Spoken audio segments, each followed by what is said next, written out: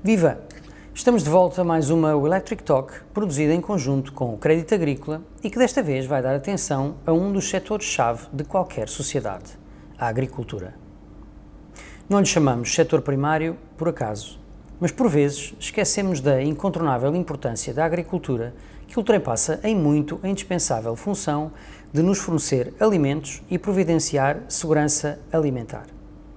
A agricultura gera emprego, contribui para o desenvolvimento de áreas rurais, fornece matérias-primas para diversas indústrias, é um polo de inovação e pesquisa, dando também um significativo contributo para a economia, mesmo se o seu peso no produto interno bruto tem vindo a reduzir-se de quase 9% em 1980 para menos de 1,5% nas projeções mais recentes. Apesar da constante evolução necessária a qualquer atividade com esta importância, existe ainda ao setor agrícola que acentua os seus esforços na preservação ambiental, adotando concomitantemente as práticas mais exigentes dos critérios ESG, enquanto enfrenta, na primeira linha, os efeitos das alterações climáticas. Para falar destes enormes desafios para o setor, temos connosco Rui Veríssimo Batista, empresário agrícola na região de Ferreira do Alentejo e dirigente de várias associações do setor.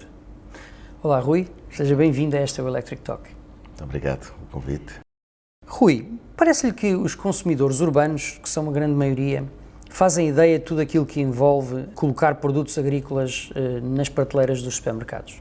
Obviamente que não, certo? Hoje em dia a alimentação está de tal forma uniformizada, na forma como é apresentado aos consumidores, que eles não têm, portanto, quem vive na cidade não tem essa relação. A cidade hoje é um conjunto de pessoas que, de geração para geração, vão perdendo a ligação aos meios rurais, portanto, vão perdendo a sensibilidade para algumas das coisas que passam no mundo rural e o que eles consomem é um conjunto de alimentos que já vêm preparados, empacotados, que estão nas prateleiras do supermercado e que mesmo nas situações mais críticas, que foi o caso do Covid, que ainda conseguiu ser mais crítico do que a guerra da Ucrânia, em que as cadeias podiam, de alguma forma, criar alguma perturbação, mesmo nessa situação não houve problemas na distribuição alimentar. E, portanto, quando uma pessoa tem um bem sempre disponível, como o ar que respira, você não está preocupado em que falta de ar, porque nem pensa nisso. As pessoas não pensam de onde é que vêm os alimentos porque eles estão disponíveis. E, portanto, perdem muita sensibilidade sobre aquilo que envolve a atividade agrícola. Portanto, tem uma relação com eles, com os alimentos, mas um alimento tem uma história para trás que não lhes é contada, nem eles têm curiosidade, quer dizer, você também não vai falar sobre a segurança social de um miúdo de 20 anos, sobre a reforma, quer dizer, não está preocupado com isso.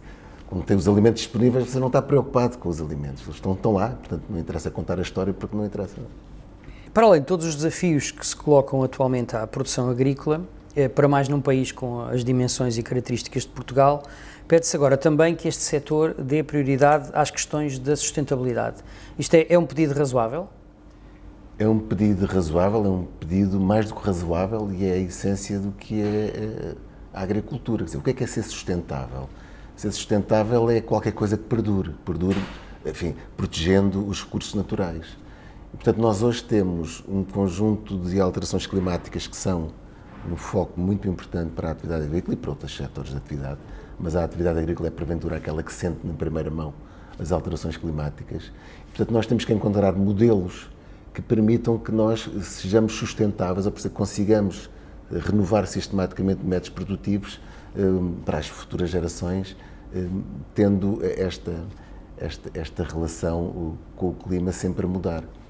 Mas a sustentabilidade do setor agrícola coloca-se hoje nestes termos como se colocou noutros termos no passado. E o setor tem vindo a fazer, se nós formos aos números, tem vindo a fazer uma adaptação sistemática da forma como ele é produzido. Vou dar um exemplo assim, muito vasto. O consumo de adubos. O consumo de adubos tem vindo a decrescer brutalmente em Portugal. Nós, nos últimos 20 anos, decrescemos qualquer coisa como 40% dos adubos que utilizamos da agricultura. Outras formas de produção estão a aparecer. O biológico, a economia circular, estão a aparecer porque têm espaço para aparecer e vêm, de alguma forma, das preocupações de sustentabilidade. Mas, obviamente, que a sustentabilidade é qualquer coisa mais lata do que isso, porque nós temos que meter na equação uma coisa que é muito importante, que é o aumento da população. E, portanto, nós temos que produzir mais com o que temos que produzir mais na terra que temos, e esse é um dos grandes desafios que nós temos entre criar esta ideia da sustentabilidade, que é preservar o ambiente, mas simultaneamente temos que intensificar a produção, porque se assim não for, nós temos que ir buscar mais área para produzir mais. E quem sofre quando nós aumentamos a área de produção são aquelas zonas que nós não queremos tocar. São as Amazónias, desta vida e por aí fora. Portanto, a sustentabilidade tem aqui um desafio muito interessante, que é como é que nós conseguimos intensificar a produção de forma sustentável, porque nós temos que aumentar a produção. A água é um dos recursos mais ameaçados, o que é bastante assustador, tendo em conta a sua importância. Sabendo que Portugal é um dos países que mais utiliza a água na agricultura, pelas suas características específicas, que medidas concretas têm sido tomadas para otimizar o seu uso? Eu sou muito crítico em relação às políticas, à forma como se aborda a questão da água em Portugal, porque é uma forma muito conservadora. Portugal não utiliza mais água na agricultura do que os outros países mediterrâneos. Se nós formos ver França, Grécia, a parte do sul de França, os níveis de utilização da água são sensivelmente os mesmos que Portugal. Portugal utiliza cerca de 70% da água que consome, portanto, que utiliza, é alocada à agricultura. Os valores são similares ao outro. Mas porquê é que eu sou tão crítico em relação à forma como nós estamos a analisar o problema da água em Portugal? Ao contrário do que as pessoas pensam, Portugal é um país extremamente generoso em recursos hídricos. Portugal tem muita água, só que ela está muito mal distribuída. Eu vou-lhe dar um número que provavelmente o Adelino vai ficar chocado. Alqueva, que é aquela coisa enorme que nós conhecemos, representa em termos das escorrências que nós temos em Portugal, porque chove, Alqueva representa qualquer coisa como 1,2%, 1,3%. E quando eu dou este valor, o Adelino vai ficar, meu Deus, não me diga isso, mas como? De facto é assim. Nós temos, vou-lhe dar outro valor para perceber a dimensão de como estamos a falar da água. Este ano no Tejo, num dia, naquele inverno, naquelas cheias, num dia passou pelo Tejo a água de uma campanha inteira de rega de Alqueva. Qual é o problema que nós temos em Portugal? Nós temos em Portugal falta de armazenamento e temos que pensar, estudar, eu não digo que seja viável, mas tem que ser estudado, a possibilidade de trazer água lá de cima, ou das bacias mais generosas, cá para baixo. Do ponto de vista ambiental tem impactos, com certeza que tem impactos, mas vamos estudar esses impactos. Mas é possível, a engenharia consegue fazer isso, porque nós temos muita água que pode ser translocada cá para baixo.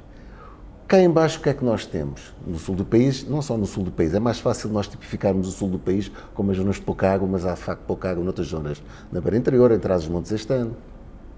O que é que nós temos cá em baixo? Nós temos uma coisa que é valiosíssima, que é o sol e terra.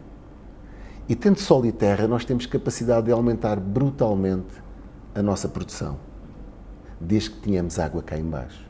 Nós temos uma balança comercial agroalimentar negativa de 5,2 mil milhões de euros. Ou seja, de todos os anos, Portugal perde 5,2 mil milhões de euros para alimentar o país, naquilo que está o saldo da balança. E tendo tanta água lá em cima, e tanto solo cá em baixo, e sol, nós temos que encontrar aqui um modelo sustentável que consiga fazer transferências de água de lá de cima cá para baixo e produzir cá em baixo. Porque a questão não é só produzir, a questão é que nós temos que encontrar modelos que façam com que as pessoas se mantenham nos territórios, porque sem economia não há biodiversidade, não há ambiente, não há nada, porque o que vai acontecer é que os fogos vão por aí acima. Porque se nós temos projeções de clima tão catastróficas para o sul do país, para algumas zonas do país, mas para o sul em especial, nós só temos duas posições. Ou arranjamos um modelo de desenvolvimento em que a água é fundamental e conseguimos criar economia nestas zonas rurais para evitar que as alterações climáticas entrem e deixem a sua marca, e a principal marca, a mais devastadora, são os fogos, porque veio a seguir o abandono. Ou então nós ficamos sossegados, porque temos um culpado que não depende de nós, que são as alterações climáticas, e portanto não responsabiliza ninguém. Ficamos quietos e o que vai acontecer? Eu muitas vezes digo às pessoas, o que é que um holandês haveria de pensar disto? Ficava sentado na cadeira à espera que o mar lhe entrasse para ali adentro e disse, afogámos porque são as alterações climáticas. Ora, os holandeses já estão a altear os diques porque sabem que os oceanos vão subir. A engenharia permite-nos isto. Nós temos de ter a ambição de querer criar condições não só de mitigar as alterações climáticas que estão à porta e simultaneamente criar economia e riqueza para que as pessoas possam manter nos territórios rurais. Há exemplos de projetos desse género, de transporte de água a distâncias significativas? Aqui ao lado, em Espanha, é o que eles estão a fazer. Eles alocaram milhões e milhões de euros para fazer isso. E nós, em Portugal, já temos alguns transvados. Eu vou-lhe dar um exemplo de uma associação de regantes onde eu sou presidente. É aquela que é a Associação de Regantes Sem Rega. É a Associação de Regantes Sem Água. Sem água. A pouca água que nós temos para regar é aquela que já temos da Alqueva, porque já estamos ligados à Alqueva numa parte. Essa Associação de Regantes Sem Água, que temos duas barragens que estão no estado lastimável, que é Campilhas e Monte da Rocha, que são as duas piores barragens, conjuntamente com uma do Algarve. O que é que esse modelo de desenvolvimento em relação da água em Portugal nos vai levar? À situação que eu tenho na minha região. É que nós não temos água. E quando nós já não temos água, já de nada interessa andar a falar em poupança, nem eficiência, nem outras coisas parecidas com isto. Porque este é o discurso mais fácil que há. Repare, quando se fala sobre água em Portugal, o discurso é sempre aumentar a eficiência e poupança de água. Ora, poupança de água significa baixar a produção. Aumentar a eficiência significa produzir o mesmo, com menos água, porque estamos a ser mais eficientes. Mas investindo também em tecnologia, portanto há aí em tudo isso. Mas se nós temos uma previsão que nos é apresentada sistematicamente, de alterações climáticas brutais nas zonas, principalmente a sul do país, o discurso da eficiência não faz sentido. Nem da poupança, porque o problema é que nós não vamos ter água. E nós vamos trazer água para cá. Onde é lá, para ter cá, para aí sim depois desenvolvermos a economia da água nesses territórios. Eu estava-lhe a dizer porque é que esta associação de regantes podia ser um laboratório vivo. É porque há uma zona em que nós temos ligação à Alqueva e há outra zona em que nós não temos ligação à Alqueva. E quando olhamos para ali, vemos o pobre e o rico. Porque quando nós temos água e temos garantia de água, nós temos investimento e as pessoas mantêm-se lá. Do outro lado é o abandono. E se nada for feito, essas zonas vão de certeza absoluta, como já começaram com outro foco de incêndios, desaparecer por incêndios. E isso é o pior que nós podemos fazer. E nós não podemos ter o discurso de nos encostarmos às alterações climáticas para justificar aquilo que não queremos fazer. Eu não consigo compreender porque é que há tantos entraves em estudar, eu já não digo em fazer, mas pelo menos estudar, fazer um estudo nacional de transvados de água das bacias mais generosas, aquelas que têm mais água, para as zonas onde não há. Eu não consigo perceber porque e não é feito.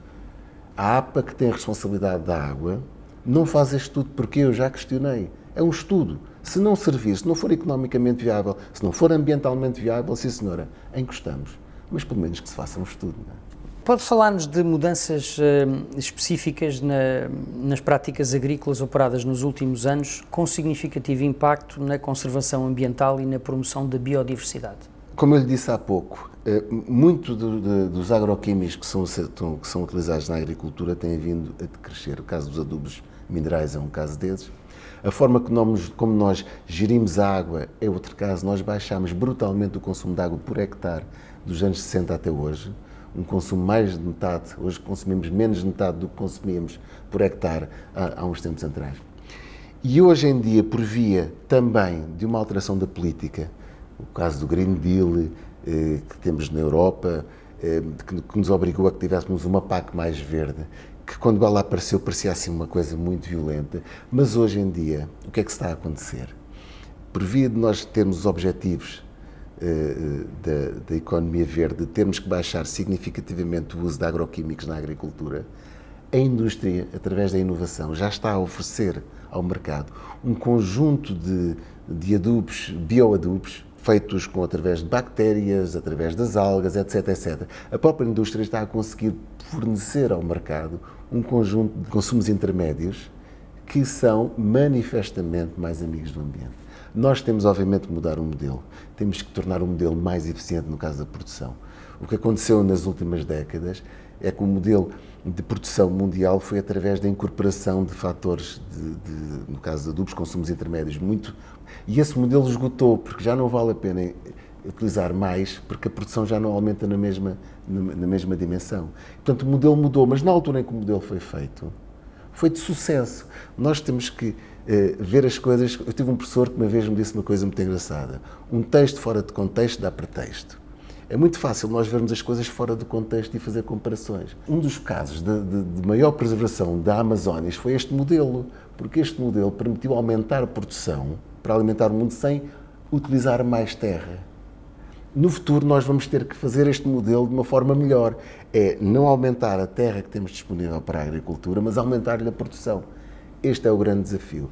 Mas a tecnologia, a agricultura de precisão, essencialmente a tecnologia é quem pode resolver este binómio de manter a área agrícola e aumentar a produção, porque a população está a aumentar. Não é? Apesar de toda a ajuda dada pela tecnologia, o trabalho manual continua a ser muito importante neste setor. Que medidas têm sido implementadas para garantir que, ao longo da cadeia de valor, no setor agrícola, existem condições de trabalho dignas, aliadas aos princípios de inclusão e respeito pela diversidade? Essa é uma pergunta muito interessante. Nós hoje, no modelo agrícola europeu e do sul do país, do sul da Europa, temos a necessidade de incorporar alguma mão de obra. E Portugal já não tem mão de obra. Hoje em dia, nas zonas rurais, nós temos uma enorme dificuldade em contratar recursos humanos portugueses. Não há. O mercado não tem. E, portanto, tivemos que recorrer à imigração para complementar algumas atividades que nós temos. E isso acontece em toda a Europa, não é uma questão específica de Portugal. Em toda a Europa e nos Estados Unidos também. Portanto, uma das razões, os Estados Unidos hoje em dia têm uma pressão muito grande de imigração para trabalhar nos seus campos, porque não há americanos para fazer esse serviço. Portanto, acontece na Europa, Espanha então é um caso paradigmático disso, por causa daquela produção toda hortofrutícola, que é onde a mão de obra é mais necessária, na produção hortofrutícola, mais do que noutros setores. E nós, inevitavelmente, temos que aceitar a ideia de que temos que ter imigrantes nos nossos campos, porque senão assim não conseguimos produzir com níveis que sejam sustentáveis para o empresário agrícola. E foram cometidos alguns excessos, com certeza que sim, mas o que não deixa de ser, de alguma forma, também revoltante é porque toda a gente conhecia esses excessos, mas ninguém fez nada até que o excesso saiu cá para fora nas notícias. E temos que fazer um esforço como país, e aí o Estado tem uma função fundamental de fazer um controle em cada empresa para que essas pessoas tenham um trabalho digno. Não é admissível aqueles casos que nós conhecemos. Não é. E esses casos têm que ser profundamente castigados para quem os fez. Mas nós temos que criar essa consciência de que os trabalhadores têm que ter condições absolutamente dignas, e aqui entra a política de imigração, mas também temos que fazer na Europa, e o consumidor tem que estar alerta para isso, que muitas vezes aquilo que não é produzido cá, com os nossos padrões de qualidade, é substituído pelas importações de lá com padrões de qualidade que nós não conhecemos, e em zonas do mundo em que, de certeza absoluta, a dignidade humana não é propriamente um critério prioritário nas empresas que os produzem. E, portanto, muitas vezes, quando nós temos este discurso de não fazer a produção cá, porque há modelos que são um bocadinho mais violentos, que temos que os corrigir com certeza, mas comer um bife de outras latitudes ou comer um abacate de outras latitudes, fechamos os olhos. E provavelmente estaremos melhor a produzi-los cá, nestas condições, do que ir buscar a outros lados do mundo. Não é?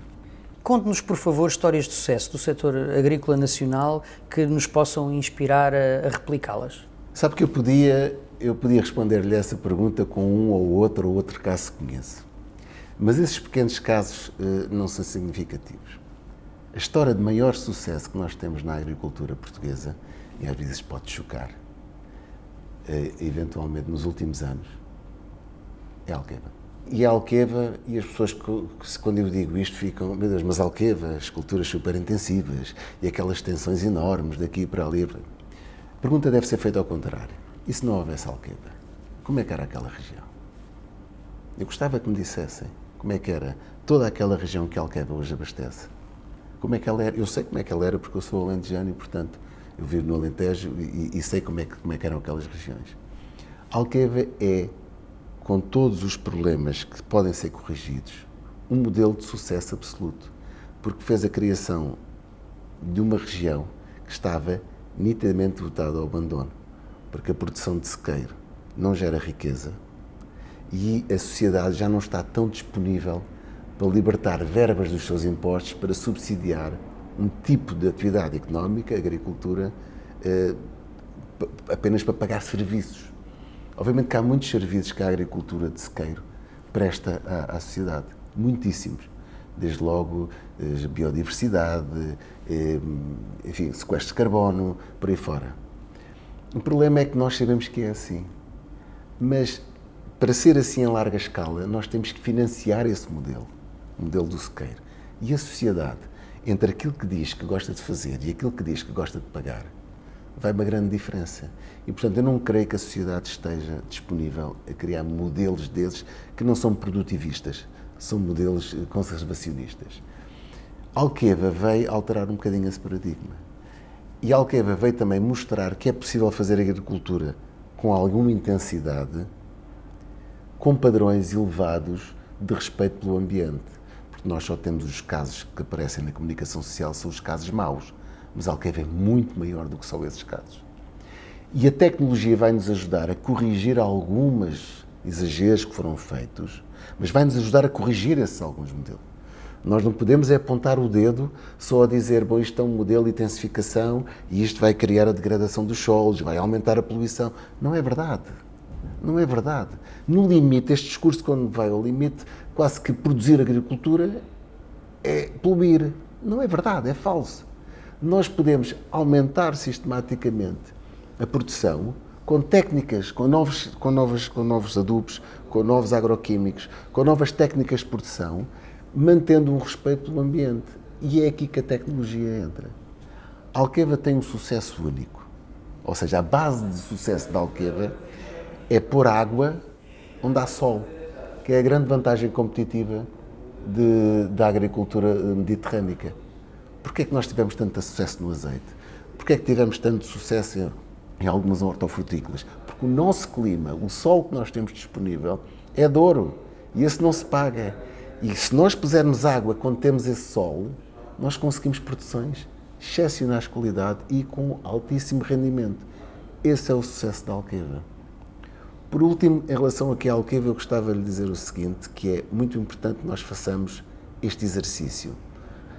Todo o discurso que nós temos hoje em dia em relação à política da água, de poupar, eficiência, não temos água disponível, hoje Alqueva não seria construído.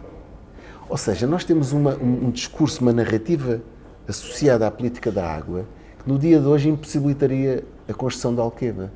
E a pergunta que se deve fazer ao contrário é, mas alguém tinha coragem para destruir a Alqueva hoje? Não. Ou seja, nós estamos a ter uma narrativa que nos eliminava uma solução que teve um sucesso enorme. E isto dá muito que pensar, não é? Mas é possível replicar esta solução noutros pontos do país e pudessem igualmente beneficiar de uma infraestrutura como essa? É possível replicar. Esse modelo de gestão da Alqueva é muito possível. A Alqueva não é só rega. A Alqueva tem por trás um departamento de ambiental que se preocupa muito com questões da biodiversidade. A Alqueva é a produção de energias alternativas, de energia solar, painéis flutuantes, por aí fora. A Alqueva é estudo sobre cultural, eles têm um património, têm um estudo sobre... A Alqueva não é só uma empresa de rega. A Alqueva é uma empresa é a DIA, neste caso, é uma empresa de desenvolvimento em que, de facto, a rega é primordial. E diz-me, é possível replicar? É possível. É por isso aquele estudo que eu lhe falei há pouco, de nós vermos os transvases que temos possíveis no país, podemos fazer um conjunto de alquevas pelo país. Geralmente os projetos grandes mobilizam o país, mobilizam regiões e são orientações de investimento que são muito, muito importantes. Fazer Alqueva noutras zonas do país, a pergunta é possível, não é possível, é desejável, é exigente, nós precisamos de outras Alquevas no país. Muito bem, então aproveitando esse entusiasmo e essa energia positiva, convido a olhar um bocadinho para o futuro, para perceber onde podemos colocar os objetivos da agricultura em Portugal para a próxima década. E agora imagino que lhe era confiado o Ministério da Agricultura. Que medidas é que tomava para atingir esses objetivos? Perante essa pergunta de me confiar no Ministério da Agricultura, apetece-me fugir e acabar a entrevista. Não, eu só confio durante 5 minutos para ver as suas ideias e depois passamos à próxima fase. Claro. Se eu fosse... Há duas coisas que para mim que têm sido trágicas na política agrícola, Isto é parece uma tragédia, na política, não só deste governo, desta ministra, mas de outros ministros, tem a ver com o facto de nós deixarmos de pensar a agricultura em termos estratégicos para o país. E porquê é que nós deixamos de pensar a agricultura em termos estratégicos? Porque todo o ciclo político está associado aos planos de financiamento, aos quadros comunitários que se utilizava antigamente, hoje já não se utiliza. E, portanto, quando o ministro se senta na secretária, a preocupação dele, porque é aquilo que politicamente o vai mais, enfim, avaliar, é a taxa de execução. A pior coisa que aconteceu ao Ministério da Agricultura e a outros setores é a taxa de execução. Porque se for reparar todo o discurso político aos milhões, os milhões efetuámos, pagámos, mas pagaram o quê? Não se sabe, mas pagámos. E quando assim é, toda a nossa ambição acaba no final do quadro comunitário. Este caso do estudo da água que eu lhe falei, não é uma coisa para se fazer em 5 anos. Isto é uma coisa intergeracional. Estamos aqui um investimento para 20, 30, 40 anos.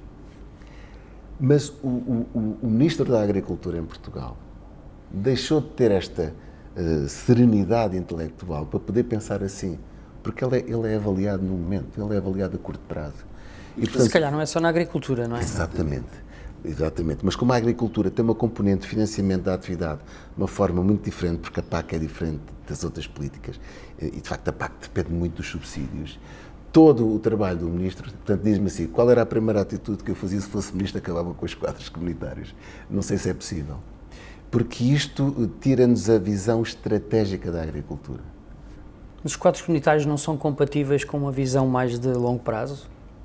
São, mas os exercícios de estratégia que nós fazemos em cada quadro comunitário não é uma estratégia que nós façamos, é uma estratégia que nós adaptamos àquilo. Portanto, o documento é um documento quase que administrativo, porque nenhum Ministro da Agricultura veio prestar contas da execução dos seus quadros comunitários com base em indicadores de qualidade. São todos com base em indicadores financeiros. A experiência que nós temos, e eu trabalhei na administração também, é que no início dos quadros nós perdemos o tempo todo a fazer leis, e aquilo não anda. E depois, quando chegamos ali a meio do quadro, a taxa de execução está atrasada, e então aquilo é aprovar em barda, então como estamos nos últimos anos, aquilo é aprovar tudo para que a taxa de execução fique lá em cima. E, de facto, isto não é forma de fazer política, isto não nos permite ter a serenidade de pensar o futuro. Vou-lhe dar um pequeno exemplo do que é que eu faria como Ministro. A política da água, então, seria, enfim, era daquelas políticas em que nós... Um aspecto estratégico fundamental da água. Já reparou que todos os maiores rios que abastecem Portugal nascem do lado de Espanha? É que nós vamos ter seca em Espanha. Nós estamos a pensar que os espanhóis um dia, que tenham uma grave crise hídrica daquele lado, vão deixar passar água para este lado, porque temos convénios com eles. Ai, meu Deus, isto não percebo nada da história. Portanto, e nós temos que criar uma rede de armazenamento e distribuição interna, porque isto é uma questão estratégica fundamental. Porque se eles um dia cortarem a água do outro lado, se os portugueses lá estivessem daquele lado, era igual. Eles têm que salvaguardar também os seus interesses pessoais. E se as alterações climáticas são de facto tão importantes, nós temos que criar autonomia face ao outro lado da fronteira, porque eles legitimamente também precisam de utilizar aquela água. E, portanto, dizia, se eu fosse Ministro da Agricultura, uma das coisas que fazia era acabar com os quadros comunitários e o outro era ter realmente uma política da água muito séria em Portugal para manter a atividade económica nos territórios rurais. Muito bem, Rui. Muito obrigado por esta conversa e pela sua disponibilidade. Foi muito interessante. Muito obrigado. Nós voltamos em breve com mais uma Electric Talk. Obrigado.